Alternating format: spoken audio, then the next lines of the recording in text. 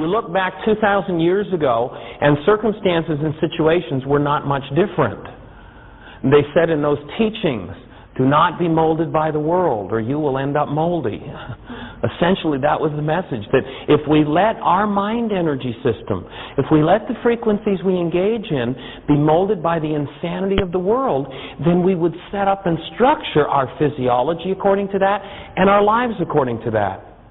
You know, he looks at so much of what's happening in the media today, and the media says, oh, well, we're just reflecting the culture.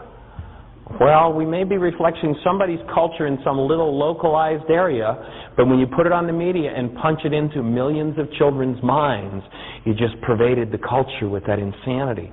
And it's time, I think, for us adults to stand up to the media and what's being pervaded as normal. Because once you build the brain cells, well, the media's excuse is, well, you know, they know the difference between fantasy and reality. That's not the point. That's like diverting the question. The point is what's been built into brain cells as normal, as reality. And if abusive parents and disrespect of parents is built into brain cells as normal, guess what's going to drive the behavior of that child as they grow? That's exactly what it's going to be. And if it's any of the other insanities that are going on that become glorified, I mean, just the simple fact that we name the perpetrators of the atrocities in our culture. How many who are in a state of despair, who have nothing in their minds to live for, well, gee, here's my chance to become known worldwide. What the heck? And so what do? If the media did nothing but to shut down its reporting of the names and details of those who commit some of these atrocities, I bet you we'd cut it in half, because it wouldn't be so glorified. But to wake up to what it is we're doing with our mind energy is of key importance. And to come to the point where, regardless of what's happening in our world, we can hold the condition of love in our minds. Again, as I mentioned before the break, the original teachings that said what's most important in the law named 3 objects of attention: God, neighbor, and self. And in the ancient Aramaic, the word neighbor means anybody that you think about. That you had the requirement, if you want your world to be sane, that when you think of God, neighbor, or self, the requirement is that you keep the condition of love in your mind. When you can do that, if there's anything in your brain cell structure that is resonated by any of those objects of attention, when that surfaces, the exposure to love will transmute or change or heal that energy in you. And as you heal that in you, you become empowered. You become literally an empowered space to promote healing.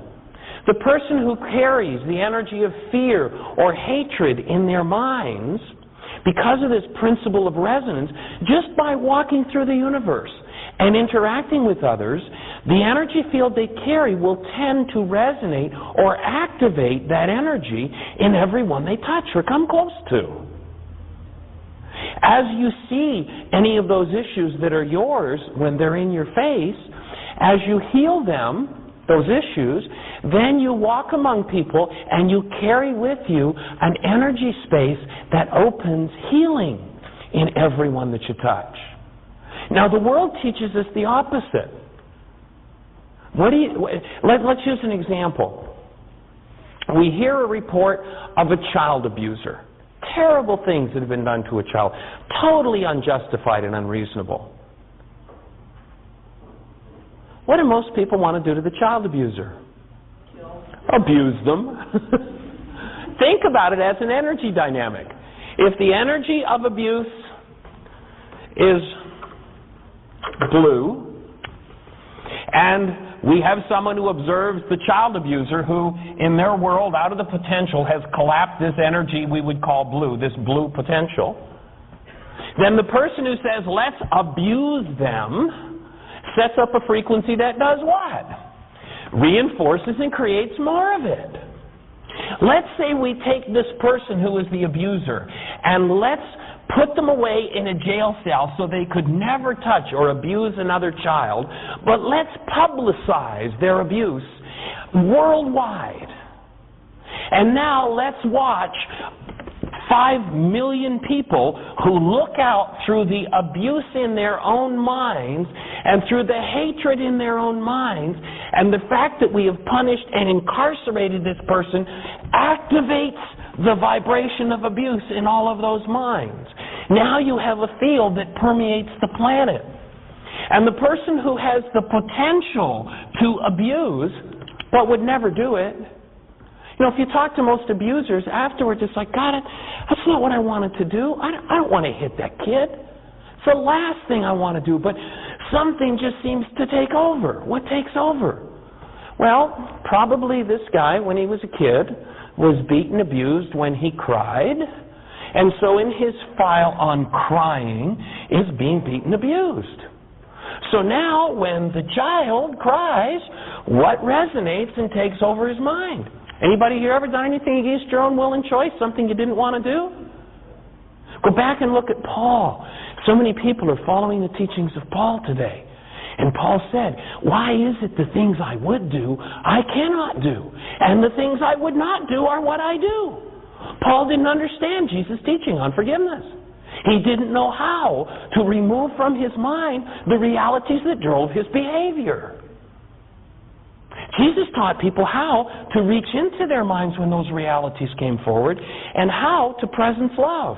And in presencing love, when those realities came forward, forgiveness happened. That was erased from those minds.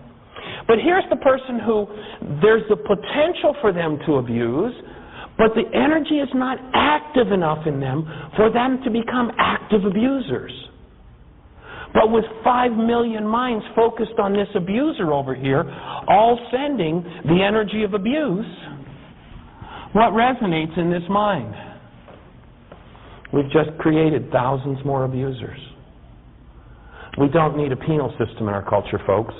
You cannot punish, you cannot incarcerate enough people to get rid of abuse. You can't do it. It will consume the whole gross national product. Look at it. You know, the investment analyzers are suggesting that it's one of the best growth industries to invest in.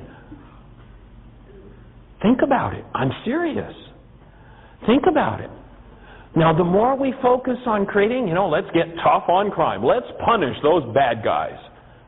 Punishment is the reason for the bad guys, quote unquote.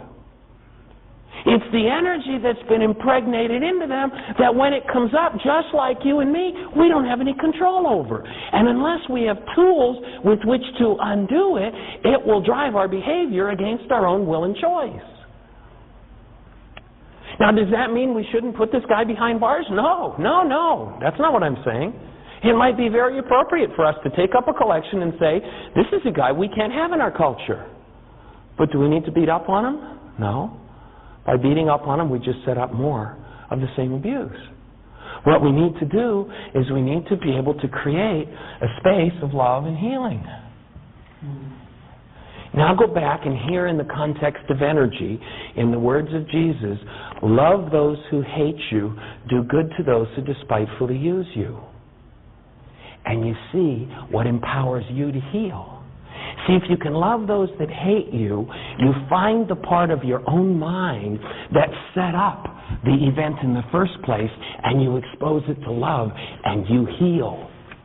And when you create that space of healing, you now have the capacity to open that same space for this guy.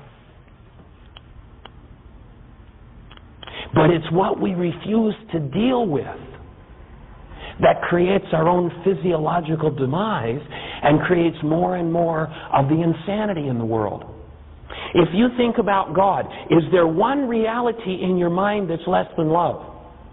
Well, if you were brought up in a lot of the traditions that said, God's going to get you for that, hey, one of the major things that I run into oftentimes in churches is people who hate God. Because God took away their baby. God did this. God did all sorts. God didn't do any of that stuff. We're creators. Well, in the sense that there's only one actor in the world, God, there's only one power. God carries out our instructions, but it's we who set it up.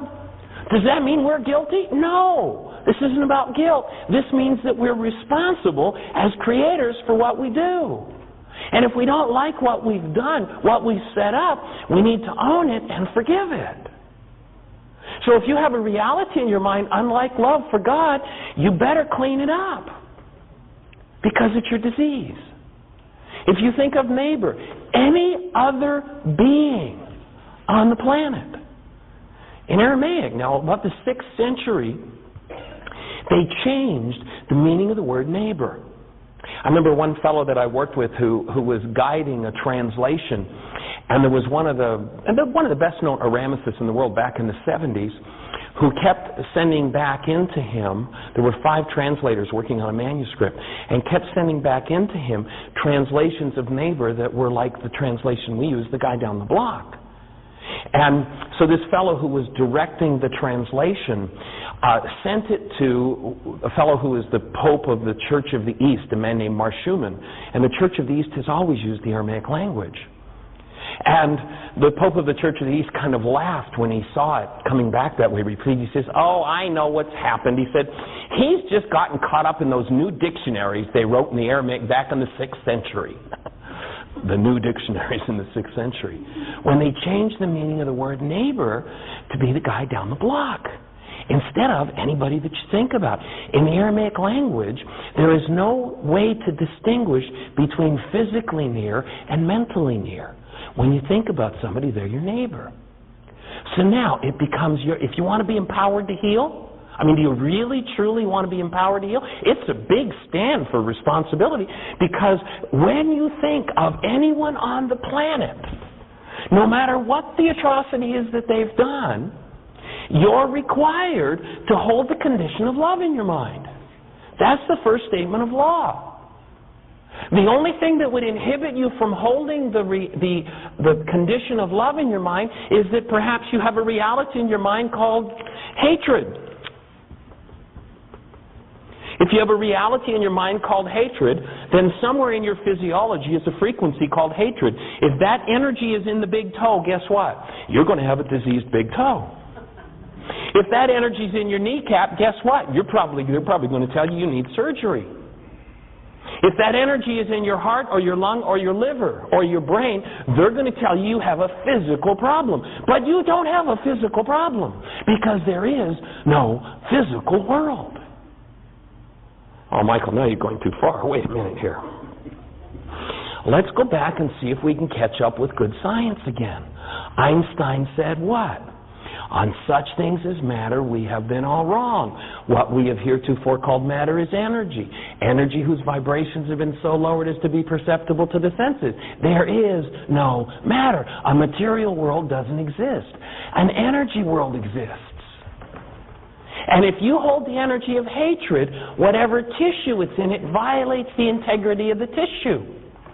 That violation of the integrity of your tissue structure is your disease. And it also sets up the frequency that manifests in your world. We're creators. So when you see that teaching of Jesus that said love for God, neighbor, and self, you see the brilliance of, you've got to keep that condition of love in your mind. And then if you have a neighbor that can activate hate in you, what happens? Your hate comes to the surface. When it comes to the surface and is exposed to love, there's a transmutation of energy and you heal. It's brilliant. It's not religious. It's brilliant. Notice in your life, the only time you've ever done something you didn't want to do was when you were in a condition other than love, right? Hostility or fear compromises human intelligence. Don't obey your mind's dictates when hostility or fear shows up. Stop. Forgive the hostility or fear. Once you understand forgiveness, you will never forgive anybody else again. Because forgiveness isn't about letting them off the hook. That's a Greek cheap copy. Remember, the Greeks externalized the powers and they said, forgive them, as though they're responsible for the reality you're experiencing in your mind and your body. Stop forgiving people. When somebody comes to me and says, oh, I don't need to do that. Why is this happening to me again, workshop? I've forgiven everybody, my mother, my father, my sister, my brother. I know they've done no forgiveness work. They bought into the Greek concept, which is pardoning them. Now, if you want to pardon somebody, that's a nice thing to do. But when you pardon somebody, you've done nothing to change the reality in your mind, which is the energy in your body, which is the frequency with which you set up your quantum universe. You want to be empowered to heal? Think of a neighbor that can inspire hatred in you, and now with the presence of love, you heal hatred. And you heal. Thank you, neighbor, for showing me the part of my mind that I didn't want to deal with. Thank you for being the one that responded to this energy wave that I sent out, that invited someone to do something hateful to me, because I needed the opportunity to heal my hatred, because I want to be empowered to heal. Who are we really? We're creators. If you think of yourself, now how many of us, when we were this high, were told how worthless we were? How many of us were told how stupid we were? How many of us were told how invaluable we were? How many of us were told that to love ourselves was some kind of a sin? Well, guess what? Every one of those realities in your mind has to be forgiven. Because as long as you hold a reality unlike love for self, you just broke the first law. Whew. How did it get to be so backward? How did it get to be so backward?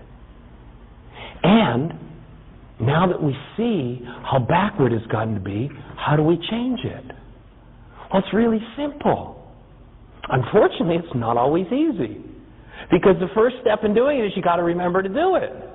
Hey, you walk out the door committed to be fully loving, right? And somebody gives you the look, and what happens? Up comes the hate, up comes the fear, up comes the attack. Let's get them. Oh, God, I forgot again. And that's just part of the process, and that's okay to be in that process. You know, it's kind of like a constitutional growth that happens. It's a process that we go through, and it takes time to achieve that process of moving out of the old self. Remember Jesus said, and look at it from this energy context and this Adam-Nafsha context. What did he say? In order for you to live, you've got to die.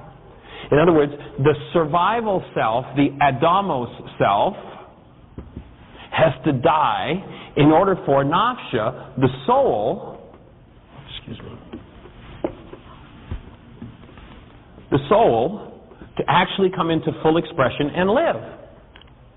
And then you are in this world through your physiology, but you are not of the reality structure of the world. You take your instructions from another mind. Which mind? The mind of Christ. Which mind did Christ think with? He thought with the mind of love, which was called the mind of God. It becomes real simple and real practical. That you got to stop thinking with your human mind. As I said earlier, you got to be out of your mind. It's an important step in the process. And then you bring to your Adam mind the mind of God, the mind of Christ, the mind of love. And as you do, you heal everything in you that is unlike love, and you get to the point where the only frequency that you send out into this quantum universe is that frequency of love. And more around you starts to manifest that frequency, including the guy that seemed to be deserving of being put behind bars. Who was, I think it was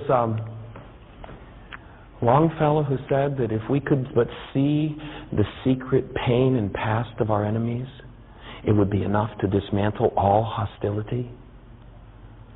I'm only hostile at someone if I hold a reality called hostility. I'm not hostile at them because they said this or they did that or they did that. If their act caused my hostility, and there were 100 people in the room and that person did the act, there'd be 100 people in hostility, wouldn't there? But they can do their act in a room with 100 people, and I might be the only one with hostility, because I'm the only one with the reality called hostility to respond to that. Whose opportunity is that to heal? And who's in charge of whether or not you heal? And you become empowered to create the space of healing for others. You are.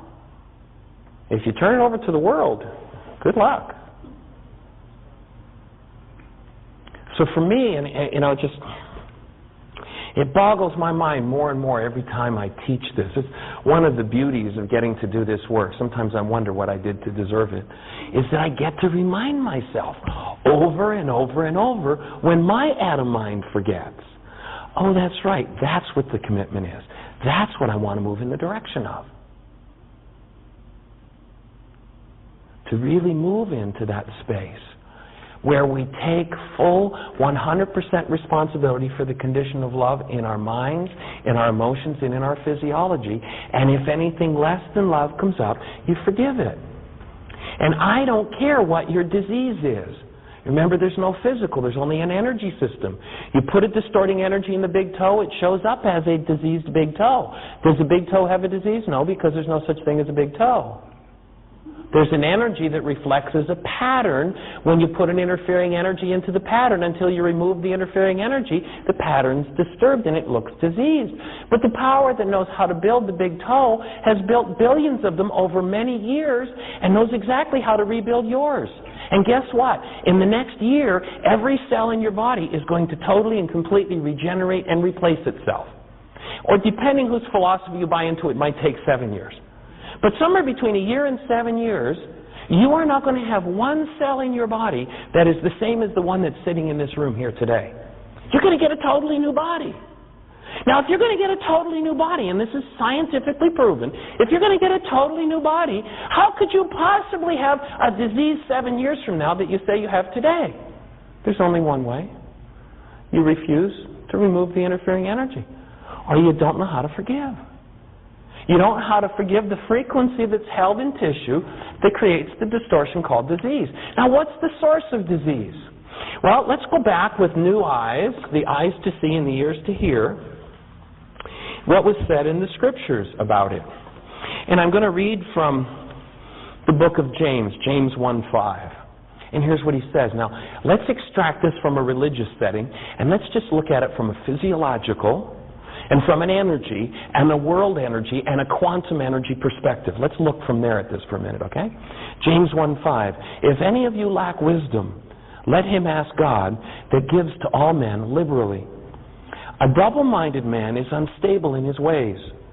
Blessed is he that endures temptation, for when he is tried, he shall receive the crown of life. What does it mean to endure temptation? Can you keep the condition of love in your mind when somebody comes up in your face that brings what's less than love in you? Let no man say he is tempted of God, for God tempts no one. Every man is tempted by his own errors. When a man conceives in error, he brings forth sin, and when it is finished, it brings forth death. Now remember, in Aramaic, the word sin is an archery term. It means off the target. When you bring an energy in that's off target, you conceive in sin. Now, it's interesting how many people give birth to an experience and they don't have a clue who the father was. They think it just happened and that they have no part in the process. And they don't realize that we're continuously in a state of conceiving. And when we conceive an energy that's off the mark, it brings forth distortion in the energy system, the physiological system. And we call it disease. And then we try and chase down a physical cause in something that isn't physical. Now, does that mean don't ever follow physical solutions? No. Be holy. Work on all levels. If there's something in the physiological world that will support your healing process, great. But remember to deal with the primary cause level, which is always in your power and in your hands. And you've got to do it for you. The old self has to die. That is, the old self has to be dismantled, and that's the process of forgiveness for Naksha, the true spiritual being, to show up with full-blown choice. Every good and perfect gift is from above. What does that mean? It means that if we stop looking to our past and what's already in the atom mind, we've got to deal here with Satan. Remember the story about Satan? You know, Satan's important to understand. And it's a con job to think of Satan as this dude with the red suit, the tail, and the pitchfork running around out there to get us. You go to the book of Job, and Job tells us exactly the location of Satan. What does it say? The opening words say, the sons and daughters of God came together with God. Now, you'll notice that it's plural. There's a misunderstanding currently on the planet. There was only one Son of God. He lived and died 2,000 years ago. You're not welcome in the club. It's not what that book says. The sons and daughters of God came together with God. More than one. And the Scriptures clearly define what it takes to be a son or daughter of God. As many are sons and daughters of God as are led by the Spirit of God. Now, in a practical sense, in the context we're speaking, what does that mean? That means that you're either led, you, nafsha, soul, are either led by your past, your Adam mind, or you're led by the mind of God. As many are sons and daughters of God as are led by the Spirit of God. Real simple. Real straightforward. If you are led by and in relationship with the Spirit of love, you're in relationship with the Spirit of God. So what does it say? The sons and daughters of God came together with God, and with them came Satan. And God said, Satan, from whence come you? And Satan said, from going to and fro upon the earth, from going back and forth upon it. So here we have an answer to the question. To and fro, back and forth. Now, what is to and fro, back and forth? I've heard people try to explain that meant that there was this being with the red suit, the tail, and the pitchfork out walking back and forth on the planet. Do you think they wasted 2 full lines of Scripture to tell us that? I don't think so. Because, you know, if you look just a few paragraphs later, the whole thing is repeated again. The sons of God came together with God. With them came Satan. God said, Satan, whence come you? And Satan said, from going to and fro upon the earth, from going back and forth upon it. What is to and fro, back and forth? It's a statement of our past.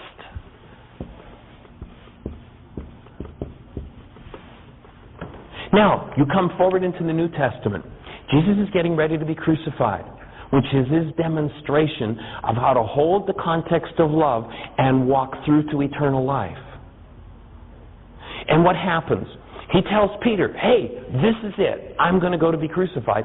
And Peter does what? Whoa, wait a minute, we'll stop it, we'll save you. What does Jesus say to him? He addresses him directly as Satan. He says, get thee behind me, Satan. And then he explains what he means. Now here, we've got the definition for Satan. To and fro, back and forth, it's the past. And now we need to know the location. What does Jesus say? Why does he call Peter Satan? He says, for you think in the mind of man. Adamos mind. You want to know where Satan is? It's your mind. You want to know what Satan is? It's your past.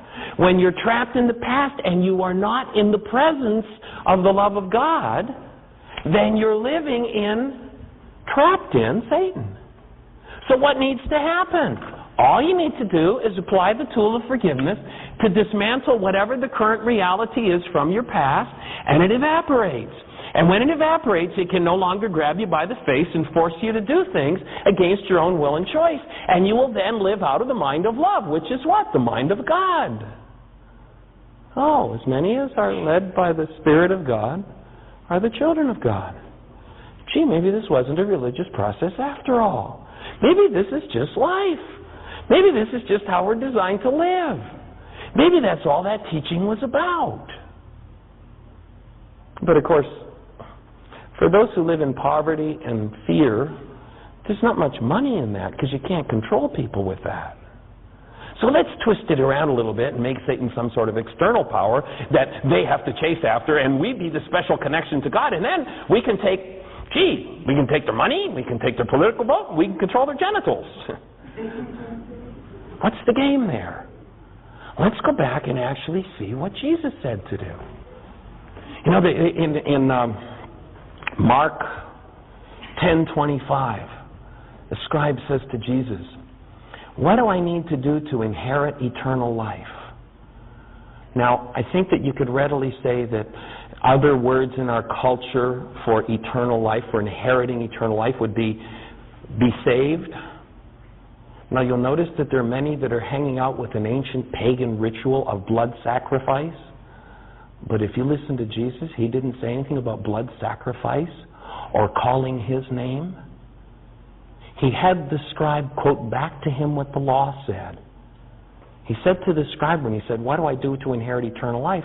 In other words, what do I do to be empowered to heal and be saved from the insanity of the world, in real practical terms? And Jesus said to him, well, what does the law say? How do you read it? And the scribe quotes back to him, well, the law says that I've got to love God with all my body, with all my strength, with all my mind, with all my heart, and with all my soul, and my neighbor as myself. And Jesus says, bingo. Well, he probably didn't say bingo. That probably wasn't a religious event back then.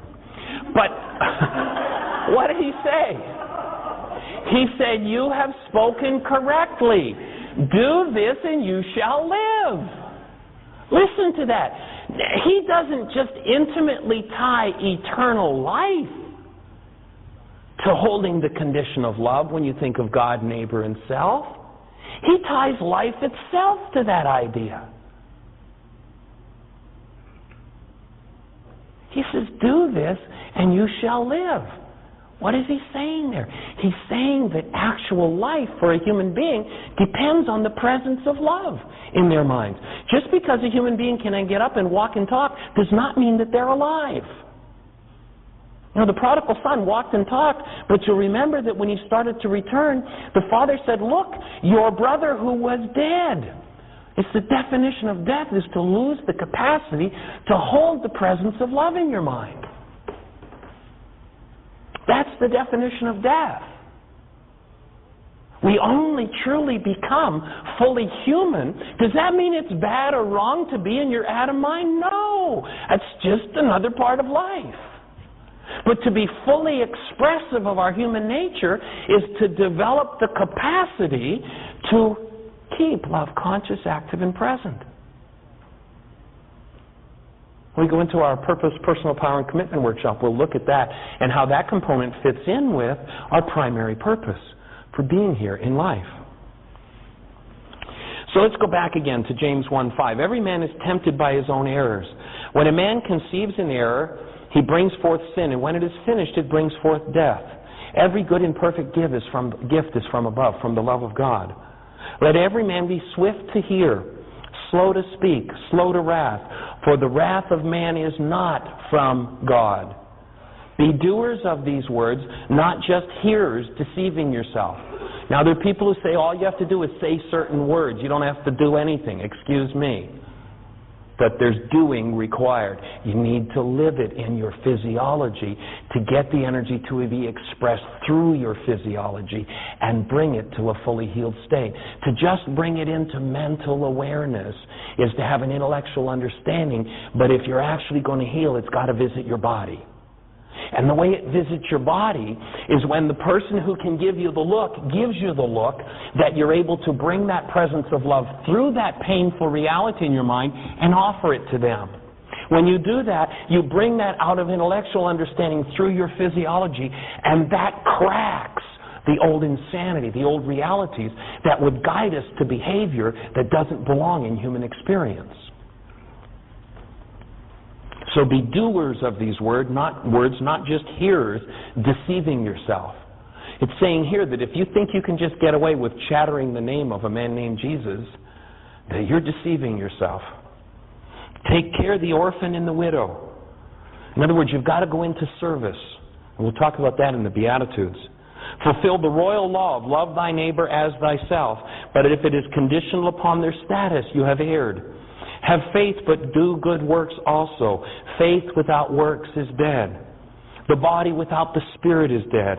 Your tongue is a little member, and it defiles your whole body. With it we bless God and curse men, which ought not to be. Remember, they equated the power that it takes to tame your own tongue.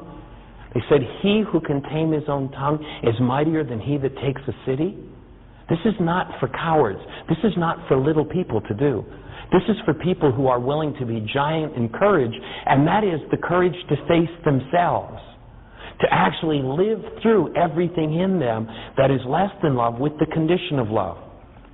You know, there are lots of people who are willing to die for a cause.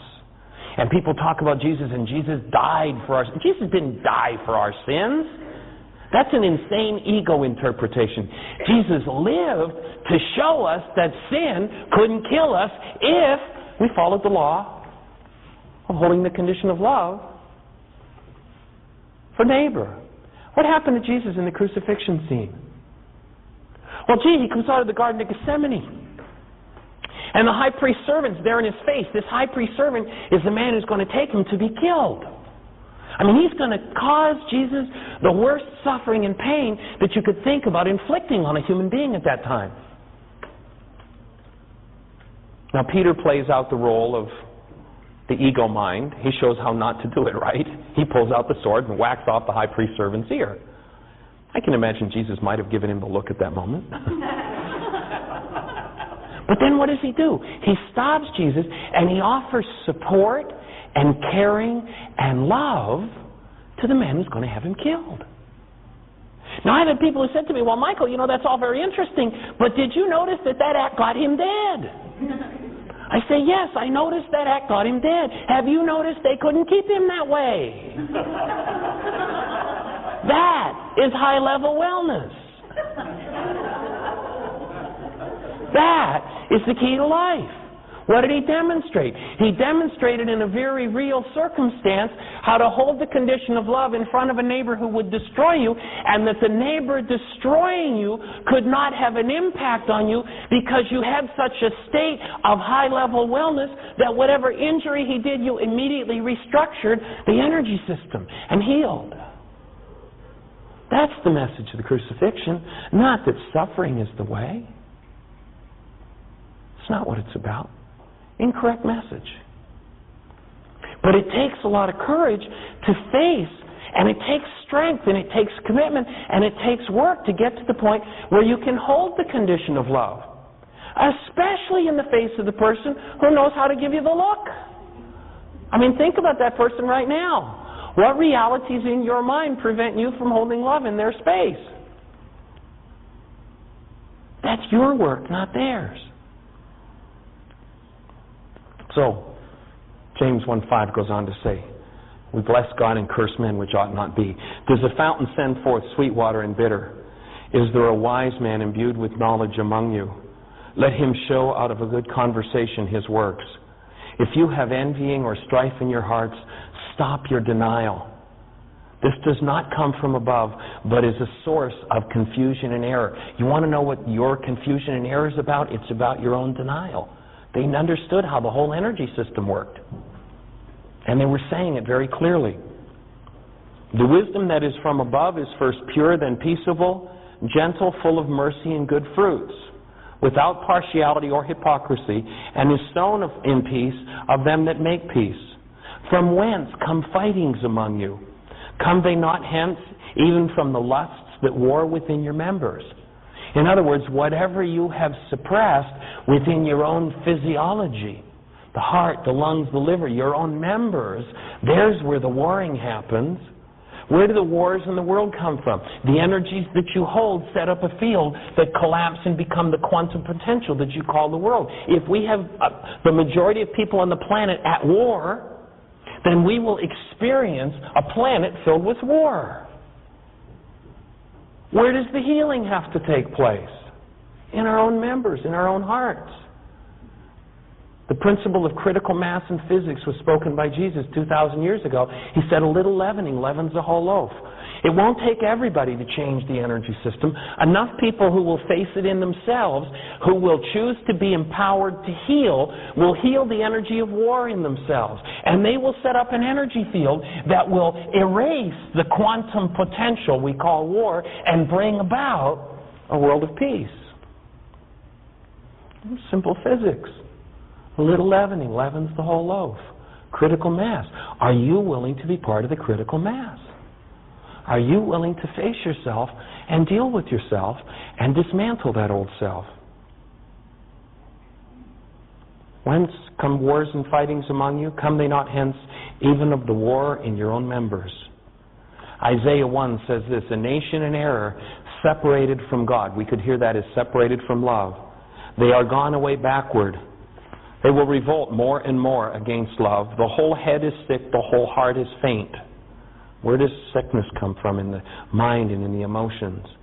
Where does the physiology, we're at the point where it's getting to where quote-unquote heart attacks. I mean, think about that. Can a heart attack you? That's ridiculous. How can your heart attack you? But years and years and years of filling it, attacking it with energies that don't belong in it, will cause it to break down. But notice we live in a culture who talks about our hearts attacking us. It's ridiculous. Heart doesn't have a capacity to attack you. But it'll speak back to you if you destroy it with hatred and fear. The whole head is sick, the whole heart is faint.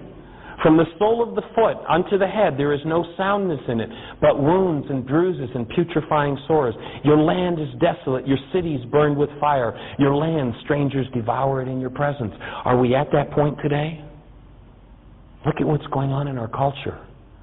I mean, it's almost to the point where our land will hardly produce food that has nourishment in it anymore. What have we done to the land? Well, the land is another expression impacted by the quantum energies that we as human beings engage in. We have the ability as human beings to impact this whole physiological system. We're the only creature that has the capacity to originate mind energy that's out of harmony with the flow of creation. And we need to get back in step. Does that mean we're guilty, we're bad, we're wrong, we should be ashamed because we didn't do it right? No, we didn't know any better. Okay, if you got a reality called guilt, great. Take out a reality management worksheet and forgive your guilt. You got a reality called shame? Great. Get in touch with it. Own it. Oh, here it is.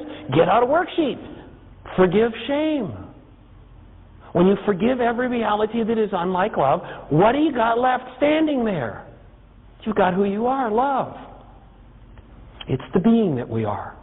Now, if you go to the Aramaic, in the Beatitudes, we're told in the Beatitudes that each Beatitude starts out with blessed are they, as though there's some sort of an external force or external power that's going to bless us.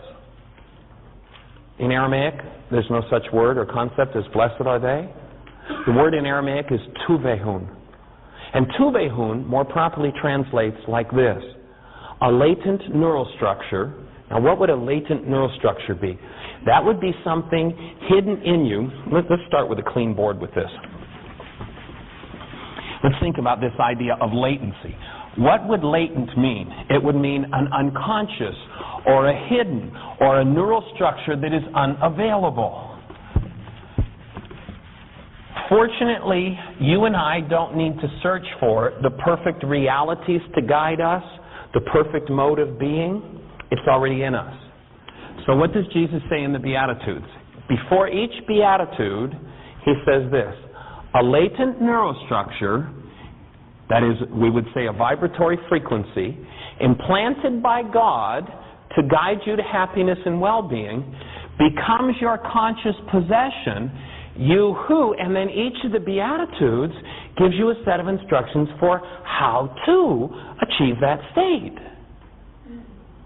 How do you get this neural structure that's been hidden? If impacted in your mind are realities of hatred, and realities of fear, and realities of pain, and realities of guilt, fault, blame, etc. If those are the realities that are active in your mind, then they cover up, they hide the reality structure that the Creator put in you to guide you. You already have in you, out of your created state, you already have in you the total set of instructions for how to live life in total harmony. It's in you. But 2,000 years ago, it was said it was unconscious or latent. It was hidden for most people. What is it hidden by? Remember Jesus talked about, you are the light of the world? When he said, you are the light of the world, he used exactly the same words as he used when he said, I am the light of the world. And he said, don't hide your light under a bushel basket. What was he saying in that context? He was saying that your light is there, but you've got all these realities that you've bought into from the world that overlay it. So you've got this basket hiding it. Get rid of the basket. How do you do that? Well, let's look at it. The first of the Beatitudes historically is interpreted as, blessed are the poor in spirit, for theirs is the kingdom of heaven. Now, has anybody here ever gotten really excited about being poor in spirit? Does that make a lot of sense? Now, the Aramaic language is an interesting language. Relative to, say, a language like English, there are very few words in Aramaic. And so to get different meanings and different contexts for a word, you take the meaning, they have one word and a dot over this letter, or what was often called a jot. Remember they said not a jot or tittle? A jot or tittle were the little marks that were used in Aramaic to determine what this word meant. Well, what would be the equivalent of a fly speck turns the word home into the word poor. So what did that first beatitude say? Those who have a home in their spiritual nature. In other words, what? Those who live in their soul nature, nafsha, the stuff of love.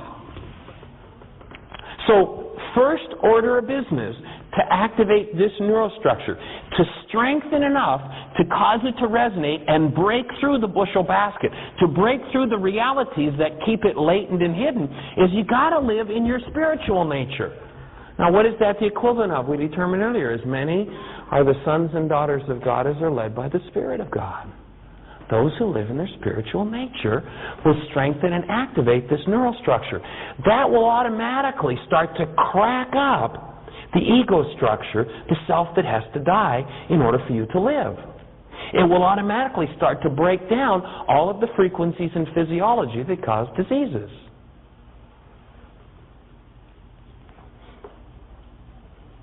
So you who have a home in Rucha, which was the active forces from God, yours is a heavenly estate.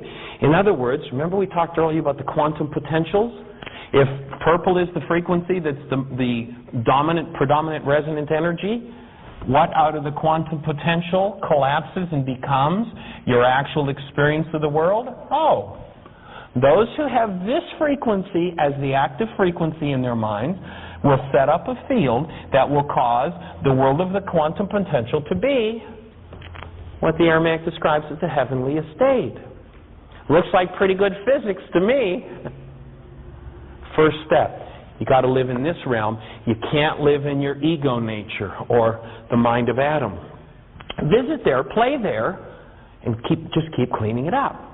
You're not bad because there's something there. You're not wrong. You're not guilty. You're not at fault. You're not to blame. You're just responsible. And when you take responsibility, your mind can show you what's yours, and you can go, oh, this isn't what I choose to live with anymore. I'm going to throw it out. And when it comes up and grabs you by the face, you develop the skills through practice of peeling off the fingers and throwing it away. And when you live in a community, such as this community is about supporting people doing their work, when the world isn't about supporting you in it, you've got a community of friends that will. They will support you in bringing about the change. And you'll notice around all true spiritual work down through the ages, which we're describing here, communities have developed to support each other when the world was living differently. Now you take a look at what's going on in the world today. I mean, you take a look at what shows up in the media. I mean, I just read an article in the paper today, and there are talk shows where they have bouncers to keep the people in the audience in line so they don't attack the people on the stage. I mean, this is like the Colosseum in Rome. It's evolved in such a way that to our culture it looks normal, but you step back from it with a bird's eye view, and man, this is insane. You know, some of the best entertainment, I understand one of the most popular shows, this was in this article today in the paper, I don't know if you saw it, but one of the most popular shows is about these 3 foul-mouthed kids, about grade 3 level, or 4 kids, and one of the things they do in one of the episodes is poison their grandfather. This is entertainment today. I mean, think about that mind energy and what it's building into the brain cells. What are the kids who watch that and think that's important stuff, like they got to get home from school to watch that? What is becoming the eyes to see and the ears to hear for them? What kind of a world can we expect to see? So the next beatitude, traditionally interpreted as, blessed are those who mourn their wrongs, for they will become... Ever get excited about mourning your wrongs? Well, in Aramaic, it doesn't say anything about mourning your wrongs. What it says is, a latent neural structure implanted by God will become your conscious possession. You who look into your errors in thought. You who love the truth. For you will be freed of mental stress. Oh, so what I have to do is look at my hatred, my fear, my sadness, my grief, my pain, my vengeance, my gossip, my slander, my disease process, my love of victimhood, and I need to apply the tool of forgiveness and remove it. How do I remove it? Well, all of the above. That's what all of our tools are about in this work. You remove it by forgiving and getting rid of those neural structures. And as you do that, you will be cured of stress. What's medicine now saying? They keep revising the numbers upward. A few years ago, they were saying 75% of disease is caused by stress. There are those people in the medical community now that are saying it's up in the high 90s. 2,000 years ago, they knew exactly on a physics level how this physiological system called the body worked and how to cure it of mental stress. You have to look into your errors in thought, and you have to know how to forgive them. Important skill to have. The next beatitude is historically interpreted as, blessed are the meek, for they shall inherit the earth. Now, there are those who would have us believe that the meek mean those who go around groveling in the earth. Why does that work? Well, those who want to control the meek keep them groveling, and hey, you got a good trip going. But in Aramaic, that word meek doesn't mean grovel in the earth like a worm. It's actually the word that ties in with humility. And in Aramaic, the word humility means the mental capacity of being able to perceive and cooperate with the highest and best in another. If I'm Mr. Hypercritic and I can see what's wrong with everybody, what am I doing? I'm going out and I'm gathering the worst of the mind energy from everybody that I see, and I'm putting it in my physiology. What's going to happen to my quantum physical potential? It's going to degrade. Think about the Aramaic definition of humility. It's brilliant. What do I want to do? I want to look for the highest and best in everybody. There's something that every person has that I haven't been able to do yet. And I get to participate in that creative process by being able to look for and cooperate with the highest and best in each person. And as I do, what do I sow into my quantum potential? The very highest of every mind on the planet. When you look at your physiological system as an energy system, it looks like pretty good physics, doesn't it? Makes a lot of sense. And you'll find when you go to the Aramaic, everything that's taught in the scriptures just makes perfect sense. The next of the Beatitudes, historically interpreted as, blessed are those who hunger and thirst for righteousness. They shall be filled. And that righteousness often becomes that righteous indignation, like I have the right to be enraged with you. Wait a minute. If you're standing in front of someone who's enraged, if you're standing in front of someone who's teaching fear in the name of a guy named Jesus who said, here's how you cast out fear. You listen to